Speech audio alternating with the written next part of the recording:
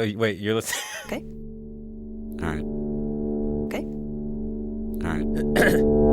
You're Listening to Radio Lab. For kids! Radio Lab. From WNYC.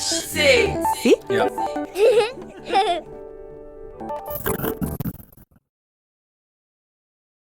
3, 2, 1.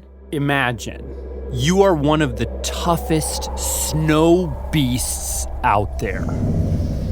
You can chew thorns, Walk barefoot across frigid surfaces. spit a kind of potion to ward off threats Your face can zip itself away. from the frosty winds. And at almost 9 feet tall, Your long legs can easily step through deep, deep snow. But for some reason, no one really thinks of you as a snow beast. you have become... Well, I'm not telling yet. Okay, fine. Now is the part where we sing the theme song. Oh, can I join Yeah, in? join in. Terrestrials, terrestrials, we are not the worst, we are the bestrial. Yeah! I'm your host, Lulu Miller, joined as always by my song bud, Alan. Making snow angels. And today's storyteller is one of my favorite storytellers on the entire planet. My co-host at Radio Lab, my partner in Radio Crime, Latif Nasser. Hello. Hi, thanks for having me. Longtime fan. And you wanted to do things a little differently today. Yeah. Your animal is a kind of mystery animal, which you will reveal to us partway through the show, and then we will go meet one. Can we talk about these gnarly teeth? Yeah, because it's an animal you know, but it's a story about it you don't. So you know how Batman got all his super crime-fighting skills by training on other continents? Yeah, I guess. Well, this story is a little like that. Okay. About the unexpected place our mystery animal evolved all its powers. And, it's stranger than fiction. You couldn't make up the backstory of this creature. You just couldn't. All right, let's do this thing. So the story begins with this woman. Her name is Natalia Rybczynski. Okay. She is what's called a paleobiologist, which basically just means she specializes in digging up old dead stuff. Okay. She said someone once called her Dr. Dead Things. Yeah, that's true. And here she is. Mostly animals. And over the years, Natalia has come across some very cool ancient creatures that are now extinct, but used to roam the earth millions of years ago, such as... Oh, well, there's a deerlet that I'm was... sorry, is a deerlet a tiny deer? Yes, sort of like a lap deer, maybe. an ancient bunny. An Arctic frog. How would a frog survive in the Arctic? Would it have to freeze? Yeah, freeze solid. Plus... The bear. an extinct bear. We're still working on the bear. Ooh. Yeah, so kind of that's her job, but it's especially interesting because she does it in really extreme and interesting places. And one day, in 2006, she grabs some tools and hops into a helicopter to fly way up north Over 1,000 kilometers north of the Arctic Circle. to a almost uninhabited island near the North Pole. Very cold, very remote. Ellesmere Island. Canada. They set up camp. There's no one else around. We're living in tents, a trip line around the tents in case a bear comes into the camp at night. Ooh. And they spend pretty much every waking hour of every day just walking up this kind of giant, steep, sandy hill. Walking, scuffing, searching for something. Wait a second, the songbud just will start singing whatever you say? Yeah, that's how it works. Pretty cool, huh? Love it. Okay, so Natalia and her team, they're just scuffing through the sand, scanning around to see if the melting snow or wind has surfaced any little, treasures. Scuff. People have dug there before, but the only dead stuff anyone had ever found in this area was prehistoric plant parts and some insects from millions of years ago. Basically wood from extinct trees. Little pieces of moss. Stems. Leaves. And that's why they called it File's leaf beds. Ah, like beds of leaves. Yeah, so that's what she was expecting to find. Walking, scuffing, searching for something. And on this particular day, it's the afternoon, and she finds something just right there, just lying on the surface, The size of my thumb. like rusty, sort of a colored. Like a big potato chip or something? Yeah, a big potato chip's a good way to put it. Okay. So she gets out her hand lens. A little magnifying glass. She's looking at it real closely and wondering what species of tree it might be. And she's like, wait a second. This thing doesn't actually look like wood. It doesn't have tree rings. With the hand lens, I could tell the cross-section had these little pores. And that's the giveaway that it was bone. Just a little chunk of bone. This is huge. Because as far as she knows, in this 4-million-year-old leaf pile, she is the first person to ever find a bone. Oh my gosh, really?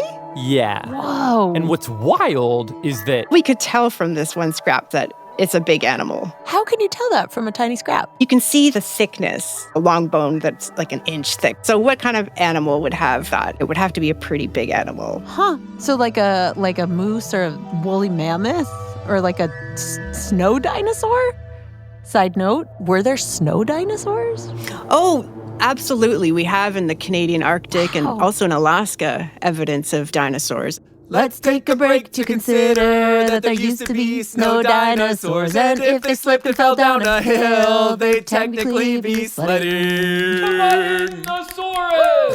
But to find out what creature this really was, Natalia would need to find way more bone fragments. So for years, summer after summer, she kept going back to that exact spot, just like, Walking, stuffing, searching for something. just looking, is anything coming up? Huh. And she finds More and more pieces of this ancient bone. 30 fragments. It's all these rusty little chips. These rusty little chips, exactly. But what they are kind of is like rusty little puzzle pieces. So she put all these things together. She was like, okay, this is a tibia. It's a leg bone from a mammal. So it could be a cow. No, this is much bigger. Much bigger than a cow. Yeah. Man, so you really have like an Arctic beast on your hands here. Like, Yeah. And that's when Dr. Dead Things does something kind of shocking to this precious ancient bone. We took a saw and we just cut off a little corner of it. Huh. And then right away, they smelt it. They smelled the old bone? Yeah. When they did that, it smelled gross. Ugh. It's kind of like the smell of burning flesh. Ew. But Natalia knew right away exactly what that smell was. Something called... Collagen. You can think of collagen kind of like the glue that holds together your flesh and bones. Mm-hmm. And it's rare to find it intact in something that old. So Natalia was excited because in the same way detectives could use fingerprints to ID a person, Yes. scientists can use collagen to identify a species. Whoa. So she takes one of the little fragments of this bone, she puts it basically in an envelope and sends it in the mail to this guy at the University of Manchester. He's in England, so it goes. Over the ocean, from Canada to England, He opens up his envelope. Slip. runs it through his collagen fingerprinting machinery. Uh-huh. Beep, beep, boop, beep, beep, boop, beep, beep. A week goes by. 2 weeks. Are you kind of on pins and needles? Are you feeling excited? Are you feeling like... Oh, yeah, I was on vacation, but I was checking my email every day. And then he finds a match. This 3.5 million year old bone that Natalia had pulled out of the high Arctic tundra Uh-huh. belonged to... Yes. I'll tell you what it is after the break. Ah, come on.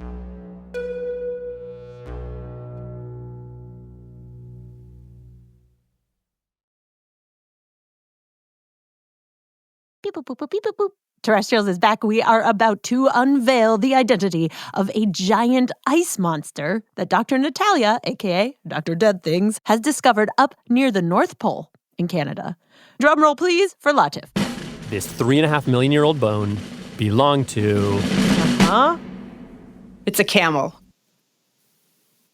Wait, camels like desert, hot, Egypt, Yeah.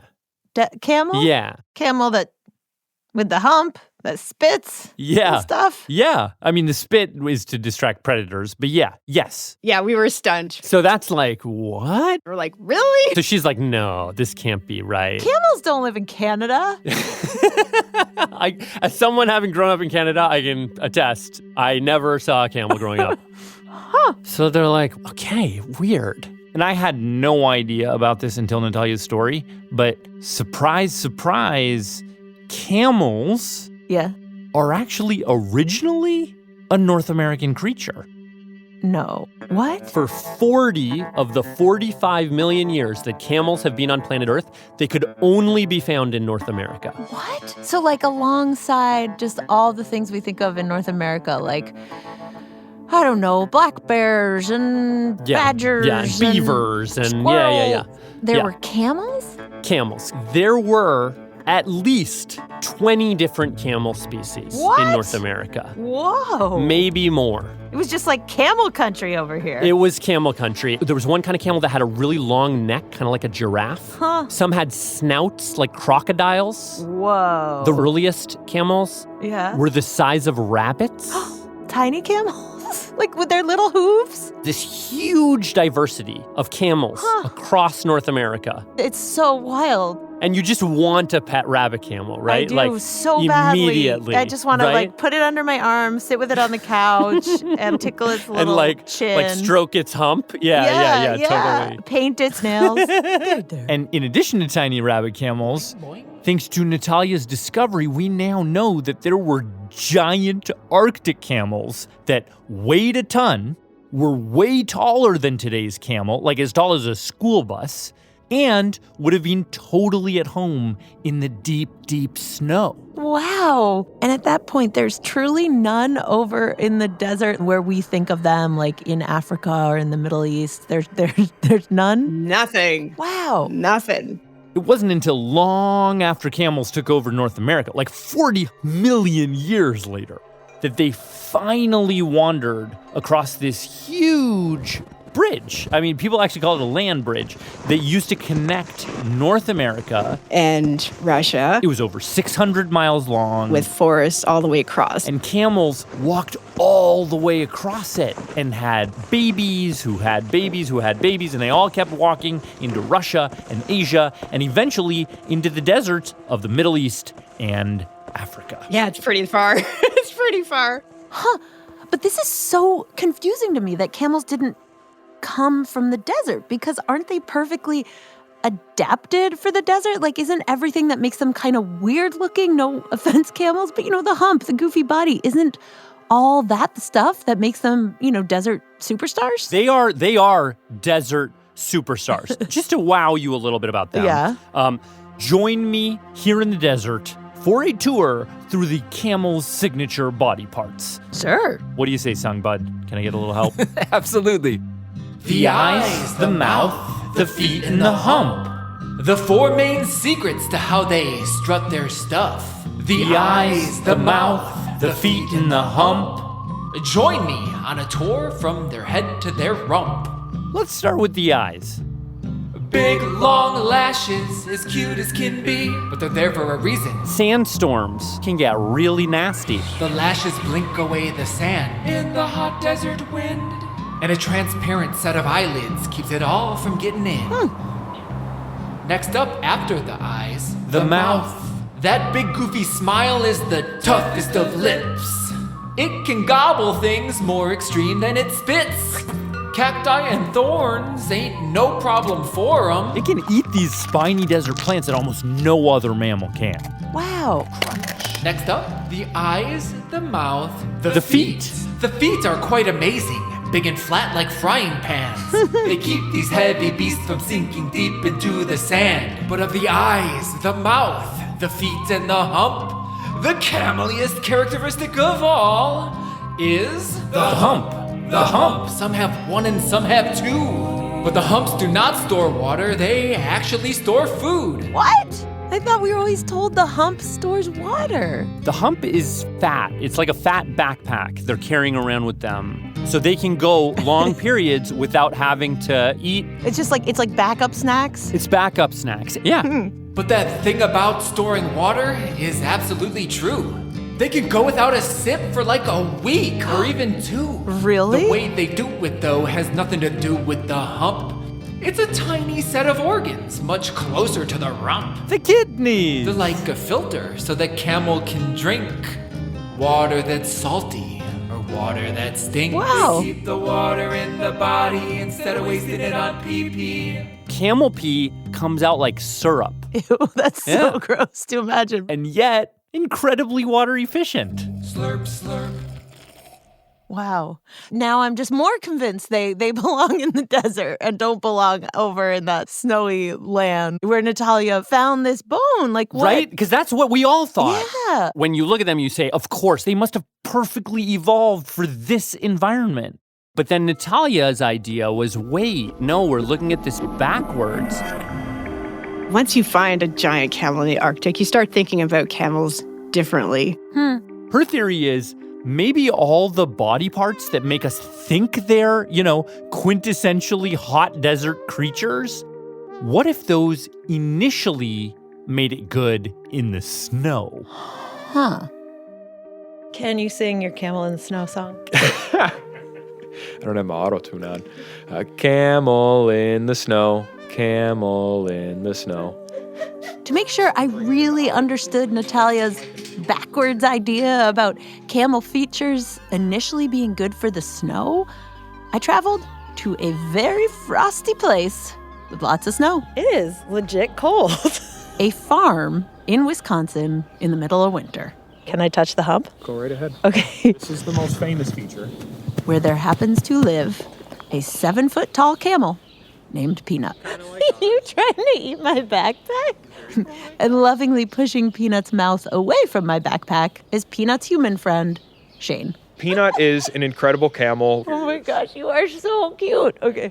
Now, to me, Peanut looks totally out of place on this snowy farm with pine trees in the back and humans wearing mittens all around him. But to Shane, who has spent nearly 4 years caring for Peanut, he's not surprised at Natalia's theory at all. He says that Peanut adores the snow. Ooh.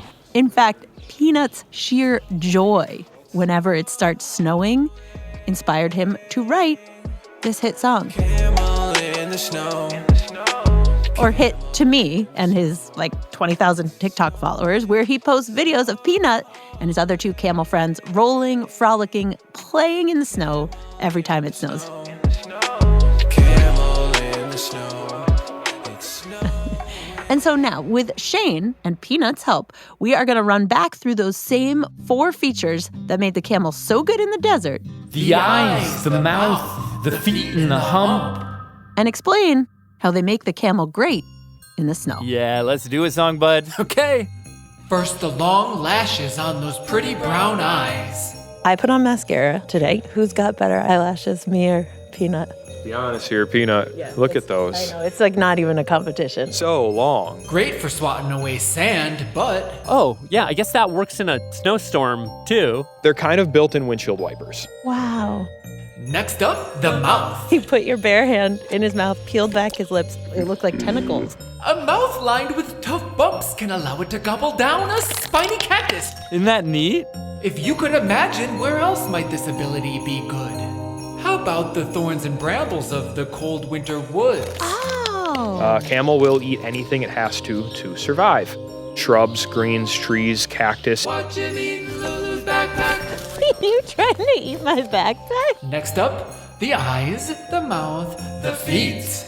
Think about those big, huge feet. We think about them tromping over sand, right? Yep. But what if they were tromping over snow? Now, when I put his foot back down, Yeah. it's going to expand about a ½ inch to an inch.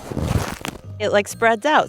Like a pair of snowshoes. It's like a giant pancake. Giant pancake for sure. Lets it walk for miles a day without sinking to its knees. Now, what's that last lumpy trait that lets camels survive the deep freeze? That backpack full of junk, the camel's funky lumpy humps. Think about it. Would it be helpful to have an extra store of fat during a 6-month-long winter? Oh my gosh, especially. That sounds pretty helpful, actually, Keeps you right? warm and gives you food. There's usually not a lot growing out there in the middle of winter. The eyes, the mouth, the feet, and the hump. An Arctic superstar that struts its snowy stuff. Wow. Wow. Wow. You're going to walk on up. You're going to put your foot over like a bike. Okay. To close out our adventure, Shane asked me if I wanted to ride Peanut. Certainly never ridden a camel before. So I climbed up. Okay, here we go. Into the little arch between its hump and its neck. Woohoo! Okay. And then Shane opened the gate to the barn and let us just go. Peanut walking effortlessly through a snowy field toward pine trees and faraway barns. Wow. Hey, big guy. It's a nice ride. Can go like miles and miles a day. Miles, and miles. And at some point, sitting up high on that camel, I started to see through that same backwards funhouse mirror that Natalia did. Right. You see a camel in the desert. Mm-hmm. And in your mind, you jump to, and this is exactly the way it's always been and it's supposed to be, and it fits perfectly, right? Right. And it might not have gone that way. It might be a completely different story, a weirder story that you would never predict. Yeah. It makes me think that, like, belonging comes in all kinds of ways. Maybe you're born into a situation where you fit perfectly, or maybe the place where you fit is coming down the line.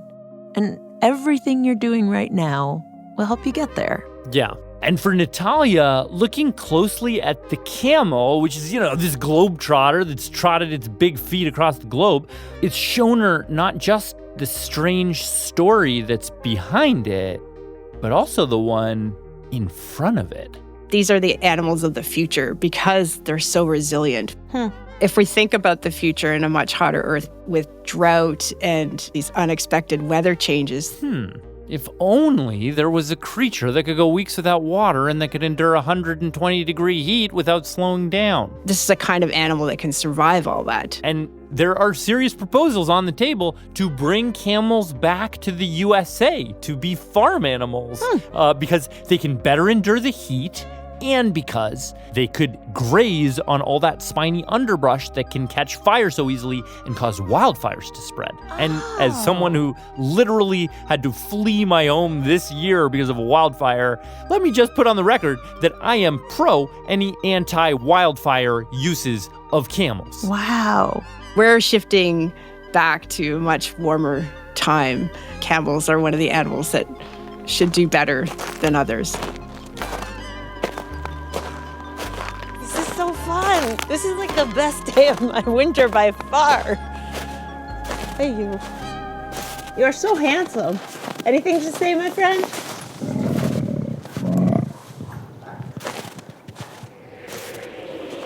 Camel in the snow. Ha, ha, ha, ha. Camel in the snow. It's snowy. And you're a camel. You're a snowy camel. Camel in the snow. From here up high atop this camel, we see it walk the earth below. It all makes sense, we see so clearly. This camel seems just right at home. Camel in the snow. Camel in the snow. Camel in the snow. Camel in the snow.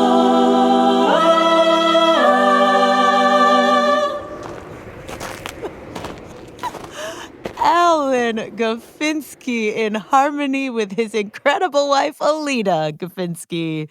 Let's hear it for the Goffinskis. On skis, on a camel. And that'll do it for today. There's nothing else cool about What's that? Excuse me, I have a question. Me too. Me 3. Me 4. The Badgers. Listeners with badgering questions for the expert. Natalia, Shane, you ready? Absolutely. For sure. Hi, my name is Anissa. I'm 25. Have you ever been spit on by a camel? Honestly, I get spit on a couple times a year. It's very, very gross. No. I have longer hair, and it's definitely like a 2 or 3 shower ordeal if it gets in there. Wow. Hi, my name is Alice. I'm 10 years old. And my question is, has there ever been a 3-humped camel? Pregnant. Oh, Oh, da-dunk. My name is Owen and I'm 10 years old. You've used smell to identify bones, but have you ever tasted a potential fossil to see if it's legit? I've licked a fossil. You've licked a fossil? Yes. If you pick up a bone out of the ground and then if you lick it, you'd be like, oh, look, it actually is a nice shiny little tooth. Why does licking it tell you it's a tooth? It just cleans it up really fast. Wow. Okay, so paleobiologist putting all 5 senses to work. My name is Walter. I'm 7. Does camels make milk? Yeah, it's special. What does it taste like? It's salty and it's thick. But camel milk is actually really, really good for people that are lactose intolerant too. A lot of people can tolerate the camel milk. Do people eat like camel cheese? Yeah, so there's camel cheese, there's camel ice cream, camel body wash, camel soap. What would you call camel ice cream flavor? Camel caramel. Camel. My tongue hurts trying to say that.